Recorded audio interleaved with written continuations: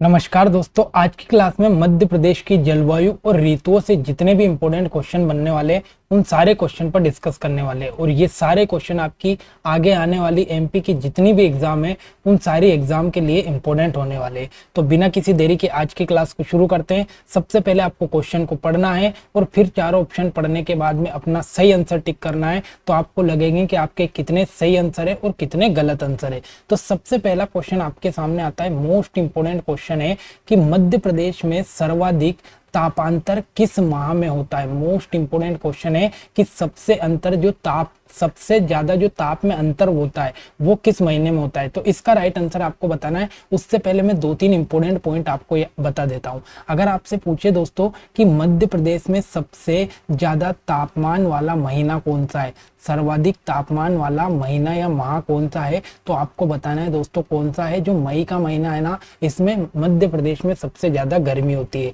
और अगर आपसे पूछे कि मध्य प्रदेश में सबसे न्यूनतम तापमान वाला महीना कौन सा है, तो सबसे न्यूनतम तापमान वाला महीना आपको बताना है कौन सा, जनवरी। तो दो इंपोर्टेंट महीने बताना है। सबसे ज्यादा तापमान कौन से मई के महीने में होता है और सबसे कम तापमान किस महीने में होता है, जनवरी में। मतलब सबसे ज्यादा ठंड किस महीने में रहती है, जनवरी में। अब यहाँ पर पूछा है सबसे ज्यादा तापांतर किस महीने में रहता है। तो तापांतर का मतलब क्या होता है दोस्तों कि जब हम दिन की समय बात करें, दिन की समय, तो दिन के समय तो जो तापमान रहता है वो बहुत ज्यादा रहता है, मतलब दिन के समय तो गर्मी रहती है। और जब हम नाइट की बात करें या रात की बात करें तो रात के समय बहुत ज्यादा कम तापमान यानी कि ठंड का टाइम हो जाता है। तो दिन में ज्यादा तापमान और रात में कम तापमान, इसी को कहा जाता है ताप में अंतर। और ताप में अंतर कौन से महीने में रहता है, तो जो मार्च का महीना है, इस मार्च के महीने में सबसे ज्यादा तापांतर रहता है। तो ऑप्शन नंबर सी इसका राइट आंसर होगा। अगले क्वेश्चन पर चलते हैं। अगला क्वेश्चन है कि मध्य प्रदेश में शीत ऋतु में न्यूनतम तापमान किस जिले में रहता है। मोस्ट इंपोर्टेंट क्वेश्चन है कि जो आपका न्यूनतम तापमान वाला जिला है वो कौन सा है। देखो दो तीन चीजें यहाँ पर भी मैं आपको बताऊंगा। अगर आपसे पूछे कि मध्य प्रदेश में सबसे ज्यादा वर्षा कहाँ पर होती है, तो ये आपको बताना है कि ये पंचमढ़ी में होती है। सबसे ज्यादा वर्षा कहाँ होती है, पंचमढ़ी में होती है। फिर अगर आपसे पूछे कि मध्य प्रदेश में सबसे ज्यादा तापमान कहाँ पर रहता है, तो सबसे ज्यादा तापमान वाला स्थान आपको बताना है गंज बासोदा। और अगर आपसे पूछे कि मध्य प्रदेश में सबसे कम तापमान वाला जिला कौन सा है, तो ये आपको बताना है शिवपुरी। तो याद रखना है दोस्तों, जो शिवपुरी है ये आपको याद रखना है कि ये मध्य प्रदेश का सबसे कम तापमान वाला जिला है। और अगर आपसे पूछे कि मध्य प्रदेश की पहली पर्यटन नगरी कौन सी है, तो मध्य प्रदेश की पहली पर्यटन नगरी भी आपकी कौन सी है, तो शिवपुरी है। ये चीज आपको इंपोर्टेंट याद रखना है। ऑप्शन नंबर ए इसका राइट आंसर होगा। अगला क्वेश्चन आपके सामने है कि मौसम क्या होता है। अब ये बड़ा ही बेसिक क्वेश्चन है, लेकिन कई बार जब हमारे सामने इस प्रकार के ऑप्शन आ जाते हैं तो हम वहां पर कंफ्यूज होते हैं कि भाई ये मौसम क्या होता है। पहली चीज तो आपको ये याद रखना है कि वायुमंडल में जो अल्पकालीन परिवर्तन होता है उसे ही क्या बोला जाता है, तो उसे ही मौसम बोला जाता है। मतलब आपने देखा होगा कि मौसम बहुत कम टाइम में बदल जाता है। कभी मौसम ठंड का आ गया, कभी गर्मी होगी, या फिर आपने देखा होगा कि एकदम से धूप निकल रही है और फिर तेज बारिश हो गई। तो मौसम क्या होता है कि वायुमंडल में बहुत कम समय में जो परिवर्तन होता रहता है ना, उसी को अपन ने नाम दिया क्या, मौसम। तो इसका राइट आंसर होगा ऑप्शन नंबर ए, वायुमंडल में अल्पकालीन परिवर्तन को मौसम कहते हैं। अगला, मध्य प्रदेश में शीत ऋतु में होने वाली हल्की सी वर्षा को क्या कहते हैं। ये भी इंपॉर्टेंट क्वेश्चन है, एग्जाम में पूछा गया है। देखो आपने कई बार देखा होगा कि जब हमारे यहाँ ठंड का टाइम होता है तो ठंड के टाइम पर एकदम से बारिश हो जाती है। तो ठंड के टाइम पर या शीत ऋतु में होने वाली बारिश को क्या कहा जाता है, तो ऐसी बारिश को कहा जाता है मावठ। तो क्या याद रखना है आपको कि शीत ऋतु या ठंड के टाइम होने वाली बरसात को हमने क्या नाम दिया, मावठ। ऑप्शन नंबर ए इसका राइट आंसर है। अगला क्वेश्चन है कि निम्नलिखित युग्मों पर विचार कीजिए। आपको बताना है कि इसमें से कौन सा युग्म सही है। देखो, मालवा के पठार की जलवायु विषम जलवायु होती है, बिल्कुल गलत बात है, क्योंकि मालवा के पठार की जलवायु तो सम होती है। और उत्तर के मैदान की जलवायु सम होती है, तो ये भी बिल्कुल गलत बात है। उत्तर के मैदान में तो विषम जलवायु होती है। तो दोनों ही कथन आपके गलत है, मतलब इनमें से कोई नहीं। ऑप्शन नंबर डी इसका राइट आंसर होगा। मोस्ट इंपोर्टेंट क्वेश्चन है। अगला, मध्य प्रदेश में विषम जलवायु कहाँ पाई जाती है। अब देखो, जब भी विषम जलवायु का क्वेश्चन आए तो आपके दिमाग में एक ही पठार आना चाहिए, वो है आपका उत्तर का मैदान। जो उत्तर के मैदान वाला क्षेत्र है ना, इसमें मध्य प्रदेश में कैसी जलवायु पाई जाती है? उत्तर के मैदान में विषम जलवायु। विषम जलवायु का मतलब क्या होता है? तो यहाँ पर जब गर्मी होती है ना, तो गर्मी में तो बहुत ज्यादा गर्मी होती है, और जब ठंड की बात करें तो ठंड में बहुत ज्यादा ठंड होती है। तो ये चीज आपको याद रखना है कि यहाँ पर विषम प्रकार की जलवायु पाई जाती है, गर्मी में बहुत ज्यादा गर्मी और ठंड में बहुत ज्यादा ठंड, ये चीज आपको याद रखनी है। अगला, अमरकंटक क्षेत्र किस जलवायु क्षेत्र के अंतर्गत आता है? अब दोस्तों देखो, जो अमरकंटक है ना, ये किस जलवायु क्षेत्र के अंतर्गत आता है? तो अगर आपने मैप देखा होगा जलवायु वाला, तो आपको पता होगा कि अमरकंटक जो है ये विंध्य सतपुड़ा पर्वतीय क्षेत्र के अंतर्गत आता है। तो जो विंध्य सतपुड़ा पर्वतीय क्षेत्र वाला जलवायु क्षेत्र है, इसी के अंतर्गत आपका अमरकंटक क्षेत्र आता है। ये अमरकंटक आपके एग्जाम के लिए बड़ा इंपॉर्टेंट है। अमरकंटक जो है ये आपके एग्जाम के लिए बड़ा इंपॉर्टेंट है। इसके बारे में 2-3 चीजें आपको याद रखना है। यहाँ से 3 नदियों का उद्गम हुआ है, एक तो नर्मदा नदी, एक आपकी सोन नदी और एक आपकी जोहिला नदी। जोहिला नदी, ये 3 नदी आपको याद रखनी है जो कि अमरकंटक से निकला है। एक आपको याद रखना है दोस्तों, एक किरार घाटी आती है, किरार घाटी, ये भी अमरकंटक के बारे में याद रखना है। और एक पॉइंट आपको याद रखना है दोस्तों कि एक तो जो सतपुड़ा पर्वत है और एक आपका विंध्य पर्वत क्षेत्र है, ये दोनों का मिलन स्थल कहाँ पर है? तो ये भी अमरकंटक में है। तो इतना इंपॉर्टेंट आपका स्थल है ये, जहाँ से मध्य प्रदेश की सबसे बड़ी नदी नर्मदा नदी का उद्गम हुआ है। तो इंपॉर्टेंट है आपके एग्जाम की दृष्टि से। अगला, जलवायु के आधार पर मध्य प्रदेश को कितने भागों में बांटा गया? बड़ा इंपॉर्टेंट क्वेश्चन है, पटवारी के एग्जाम के अलावा बहुत सारे एग्जाम में क्वेश्चन पूछा गया। तो याद रखना है कि जलवायु के आधार पर मध्य प्रदेश को टोटल 4 भागों में बांटा गया। ऑप्शन नंबर 20 का राइट आंसर है। पटवारी एग्जाम 2017 में ये क्वेश्चन आपसे पूछा गया है। अगला क्वेश्चन आपके सामने आता है कि मध्य प्रदेश में ग्रीष्म ऋतु में औसत तापमान जो है वो बढ़ता है। देखो, 2-3 चीजें मैं आपको क्लियर करवा देता हूं। जब भी हम बात करें दोस्तों कि मान लो ये आपका मध्य प्रदेश है, और मध्य प्रदेश में हम कहाँ से, दक्षिण से लेकर जैसे ही उत्तर की ओर चलेंगे, तो दक्षिण से लेकर हम उत्तर की ओर चलेंगे, तो जो तापमान है, इस तापमान में क्या होगा? तो तापमान में वृद्धि होगी। तापमान में क्या होगी? तो तापमान में वृद्धि होगी। ये चीज आपको याद रखना है। मध्य प्रदेश में दक्षिण से लेकर उत्तर की ओर जब भी हम चलेंगे तो तापमान में क्या होती है? वृद्धि होती है। तो इसका राइट आंसर होगा ऑप्शन नंबर सी। ग्रीष्म ऋतु में जो औसत तापमान है वो कब बढ़ता है? जब हम मध्य प्रदेश में दक्षिण से उत्तर की ओर जाएंगे तो औसत तापमान में आपका वृद्धि होती है। ये चीज आपको याद रखना है। एक और चीज आपको याद रखना है दोस्तों कि मध्य प्रदेश में हम जैसे ही दक्षिण से उत्तर की ओर जाएंगे तो जो वर्षा की मात्रा है, ये वर्षा की मात्रा कम होगी। वर्षा की मात्रा कम होगी। तापमान तो बढ़ेगा, उत्तर की ओर जाएंगे, लेकिन वर्षा क्या होगी? कम होगी। ये चीज आपको याद रखना है। एमपीपीएससी 2020 का क्वेश्चन है। और एक और पॉइंट याद रख लेना कि जब भी हम पश्चिम से लेकर पूर्व की ओर जाएंगे, पश्चिम से लेकर पूर्व की ओर जाएंगे, तब भी वर्षा की मात्रा क्या होगी? तब वर्षा की मात्रा बढ़ेगी। वर्षा की मात्रा क्या होगी? बढ़ेगी। मतलब उत्तर की ओर जा रहे हैं तो वर्षा की मात्रा कम हो रही है, और पूर्व की ओर जा रहे हैं तो वर्षा की मात्रा बढ़ रही है। ये क्वेश्चन सीधे सीधे एग्जाम में पूछे जाते हैं, तो ये पॉइंट आपको इंपॉर्टेंट याद रखना है। अगला, मध्य प्रदेश के किस भाग में वार्षिक तापांतर अधिक रहता है? वार्षिक तापांतर अधिक किस भाग में रहता है? तो याद रखना है दोस्तों, ये रहता है आपके उत्तर के भाग में। तो मोस्ट इंपोर्टेंट पॉइंट है। अगर आपसे पूछे कि तापांतर वाला महीना कौन सा है, तो महीना तो मार्च बताना है। और तापांतर वाला क्षेत्र आपसे पूछे तो ये उत्तर भारत का जो क्षेत्र है वो आपको बताना है। यानी उत्तर का जो भाग है मध्य प्रदेश का, इसमें सबसे ज्यादा ताप में अंतर रहता है। मतलब गर्मी में तो बहुत ज्यादा गर्मी, सर्दी में बहुत ज्यादा ठंड, या फिर दिन के समय गर्मी ज्यादा, रात के समय ठंड ज्यादा। तो इसी को कहते हैं तापांतर। अगला, निम्नलिखित कथनों में से कौन सा कथन मध्य प्रदेश के संदर्भ में सही है? ये बताना है। सही है ये चीज आपसे पूछी। तो पहला पढ़ते हैं अपन पॉइंट। सर्वाधिक तापांतर मई माह में रहता है, बिल्कुल गलत है। मैंने आपको बताया था कि ये सिर्फ मार्च माह में रहता है सर्वाधिक तापांतर। दूसरा पॉइंट देखते हैं, ग्रीष्म ऋतु में औसत तापमान दक्षिण से उत्तर की ओर जाने पर बढ़ता है। अभी पॉइंट बताया था कि दक्षिण से उत्तर की ओर चलेंगे तो तापमान में क्या होगी? वृद्धि होगी। मतलब दूसरा पॉइंट आपका सही है।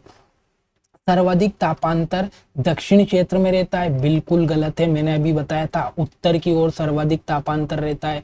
और एस चंद्रशेखर वेधशाला भोपाल जिले में है, ये भी बिल्कुल गलत है, ये तो इंदौर में है। मतलब इसमें से सही ऑप्शन बताना था तो ऑप्शन नंबर 20 का राइट आंसर होगा, सिर्फ बी वाला सही है, बी वाला सही है। ग्रीष्म ऋतु में तापमान उत्तर की ओर जाने पर बढ़ता है। अगला, फाहियान ने किस क्षेत्र की जलवायु को आदर्श जलवायु कहा? बड़ा ही इंपॉर्टेंट क्वेश्चन है एग्जाम की दृष्टि से।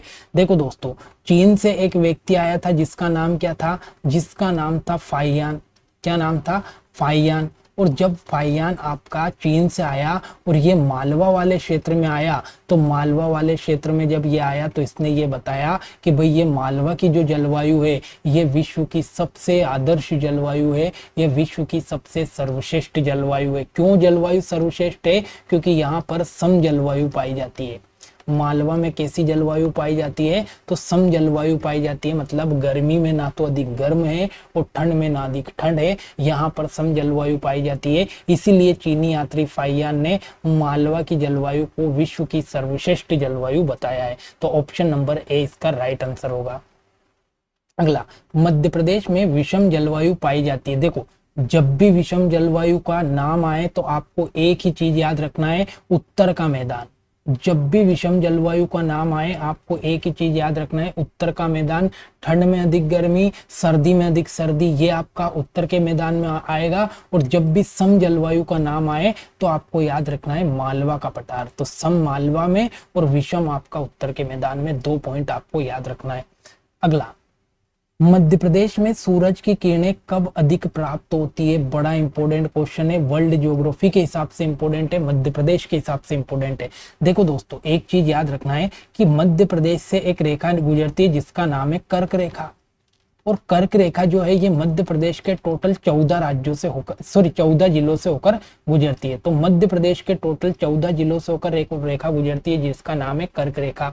अब दोस्तों, कर्क रेखा की हम बात करें ना, तो ये जो कर्क रेखा है, इस कर्क रेखा पर क्या होता है, जब सूरज की किरणें सीधी पड़ेगी, जब सूरज की किरणें कर्क रेखा पर सीधी पड़ेगी तब यहाँ पर क्या होगी, गर्मी अधिक होगी। अब सूरज की किरणें कर्क रेखा पर सीधी कब पड़ती है? तो 21 जून को पड़ती है। और 21 जून को सूरज की किरणें जब कर्क रेखा पर पड़ेगी तो यही कर्क रेखा मध्य प्रदेश से गुजरती है। तो मध्य प्रदेश में भी अधिक गर्मी रहती है, अधिक सूरज की किरणें यहाँ प्राप्त होगी। तो ऑप्शन नंबर 20 का राइट आंसर होगा 21 जून को। ठीक है। अगला, जलवायु क्या है? देखो, पहले अपन ने पढ़ा था कि मौसम क्या है, और मौसम के बारे में मैंने आपको ये बताया था कि वायुमंडल में जो भी अल्प समय के लिए परिवर्तन होता है, अल्पकाल के लिए जो परिवर्तन होता है, उसी को अपन ने नाम दिया था क्या, मौसम। लेकिन पूछा गया है कि जलवायु क्या है। अब जलवायु क्या है, तो वायुमंडल में जो दीर्घकालीन परिवर्तन होता है उसे क्या बोला जाता है, उसे जलवायु बोला जाता है। मतलब अगर वायुमंडल में बार बार परिवर्तन हो रहा है तो उसे मौसम कहेंगे, और वायुमंडल में लंबे समय के बाद परिवर्तन हो रहा है तो उसे जलवायु कहेंगे। ये ऑप्शन नंबर 20 का राइट आंसर है। ठीक है। अगला, मध्य प्रदेश के किस भाग में अधिक वर्षा होती है? बिल्कुल इजी क्वेश्चन है। अगर आपने देखा होगा कि मध्य प्रदेश में जो उत्तर वाला भाग है, ये उत्तर वाले भाग में सबसे कम वर्षा होती है। और अगर आपसे पूछे सबसे ज्यादा वर्षा किस भाग में होती है, तो मध्य प्रदेश के पूर्वी भाग में सबसे ज्यादा वर्षा होती है। अब वर्षा से 2-4 पॉइंट आपको इंपॉर्टेंट याद रखना है। अगर आपसे पूछे कि सबसे ज्यादा वर्षा वाला स्थान कौन सा है, तो स्थान आप बताओगे कौन सा है, पंचमढ़ी। पंचमढ़ी में सबसे ज्यादा वर्षा होती है। अगर आपसे पूछे सबसे ज्यादा वर्षा वाला जिला कौन सा है, तो जिला आप बताओगे बालाघाट, बालाघाट। और अगर आपसे पूछे कि सबसे ज्यादा वर्षा वाला पठार कौन सा है, तो आप बताओगे बघेलखंड का पठार, बघेलखंड का पठार। और इसी बघेलखंड के पठार को पूर्वी पठार भी कहा जाता है। तो ये 4 पॉइंट्स और ये 3 पॉइंट आपको इंपॉर्टेंट याद रखना है, एग्जाम की दृष्टि से इंपॉर्टेंट है। और इसका राइट आंसर होगा option number D, Madhya Pradesh का जो पूर्वी भाग है या पूर्वी पठार है, इसमें सबसे ज्यादा वर्षा होती है। अगला, मध्य प्रदेश में ग्रीष्म ऋतु के अंतर्गत उत्तरी भाग में चलने वाली गर्म हवाओं को क्या कहा जाता है?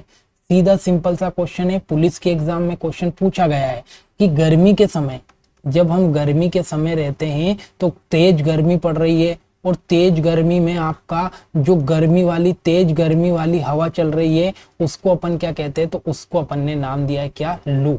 तो गर्मी के समय जो गर्म हवा चलती है उसको क्या कहा जाता है, तो उसको कहा जाता है लू। बिल्कुल सीधा सिंपल सा हिसाब है। अगला, मध्य प्रदेश में सर्वाधिक तापमान कहां पर अंकित किया गया है, डेई फेडरेशन वाला क्वेश्चन है, एग्जाम में पूछा गया। तो मैंने आपको बताया था कि मध्य प्रदेश में सबसे कम तापमान कहाँ रहता है, तो सबसे कम तापमान वाला स्थान आपका कौन सा है, सबसे कम तापमान वाला स्थान कौन सा है, शिवपुरी। और अगर आपसे पूछे सर्वाधिक तापमान वाला स्थान कौन सा है, तो गंज बासोदा है, गंज बासोदा है। ये चीज आपको याद रखनी है।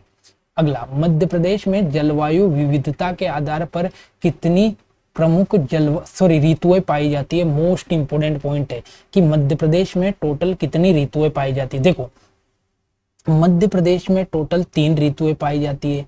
एक तो ग्रीष्म ऋतु होती है जिसको हम गर्मी का टाइम कहते हैं, एक आपका वर्षा ऋतु होती है जिसे हम बारिश का टाइम कहते हैं, और एक आपकी शीत ऋतु होती है जिसे हम ठंड का टाइम कहते हैं। लेकिन दोस्तों यहाँ पर इनके जो स्थानीय नाम है उनसे क्वेश्चन बहुत ज्यादा बनते हैं। जैसे जो ग्रीष्म ऋतु है उसको उनाला कहा जाता है, ग्रीष्म ऋतु को गांव के स्तर पर या स्थानीय स्तर पर क्या कहा जाता है, उनाला कहा जाता है। वर्षा ऋतु को स्थानीय स्तर पर क्या कहा जाता है, चौमासा कहा जाता है। और शीत ऋतु को क्या कहा जाता है, तो सियाला कहा जाता है। शीत ऋतु सियाला, वर्षा ऋतु चौमासा और ग्रीष्म ऋतु उनाला। तो ये इनके जो स्थानीय नाम है ये बड़े इंपॉर्टेंट है, यहाँ से क्वेश्चन आपके पूछे जाते हैं। तो ये चीज आपको याद रखना है। 3 ऋतुएं पाई जाती है, गर्मी में उनाला, वर्षा को चौमासा और शीत को शियाला। ठीक है, तो ऑप्शन नंबर 20 का राइट आंसर होगा।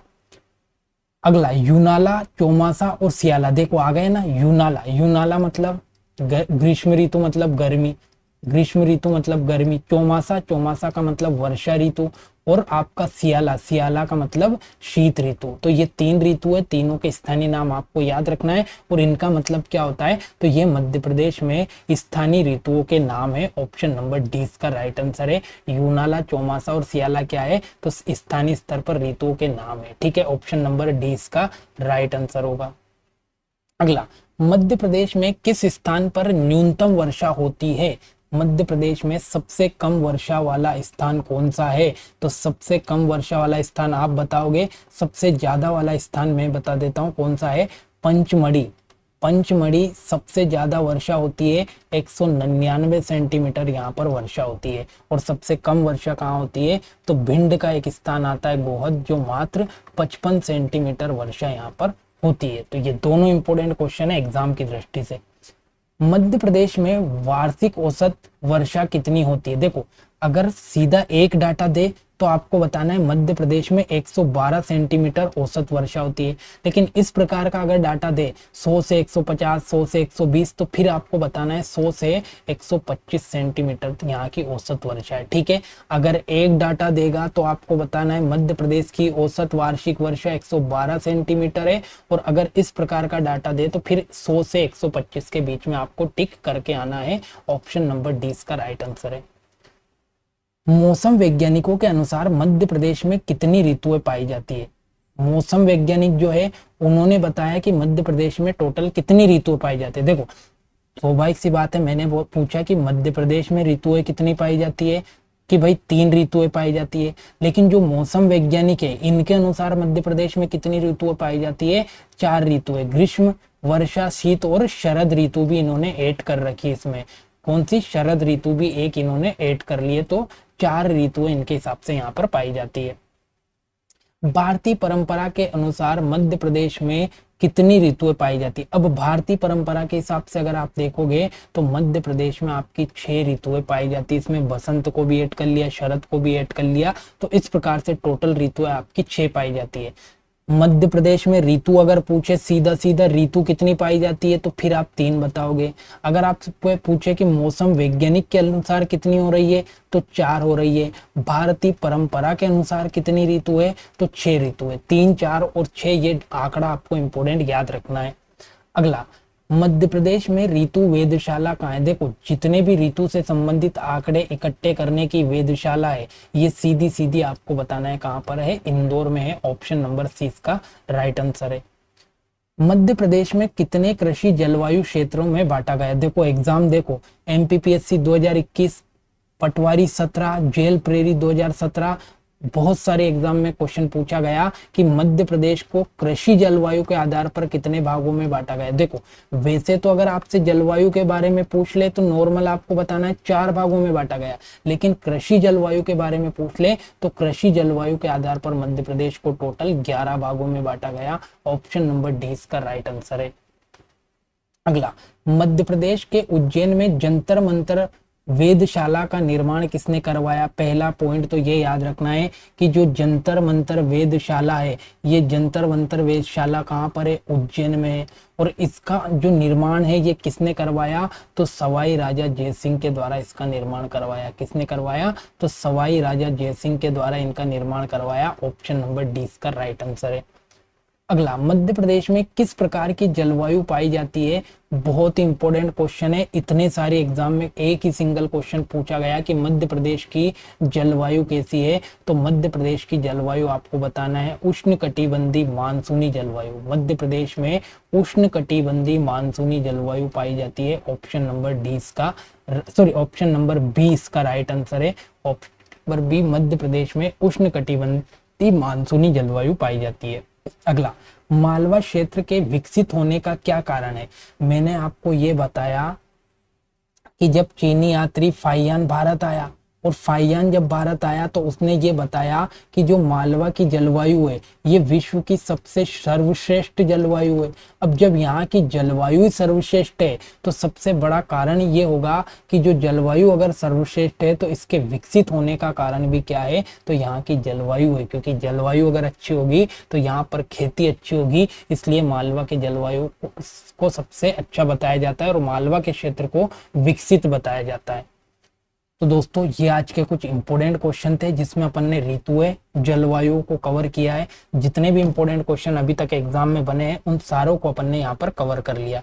आशा करता हूँ क्लास आपको अच्छी लगी होगी। क्लास अच्छी लगे तो लाइक कमेंट शेयर करना ना भूले, चैनल को जरूर सब्सक्राइब कर ले। मिलते हैं अगली क्लास में एक नए टॉपिक के साथ, तब तक के लिए जय हिंद जय भारत।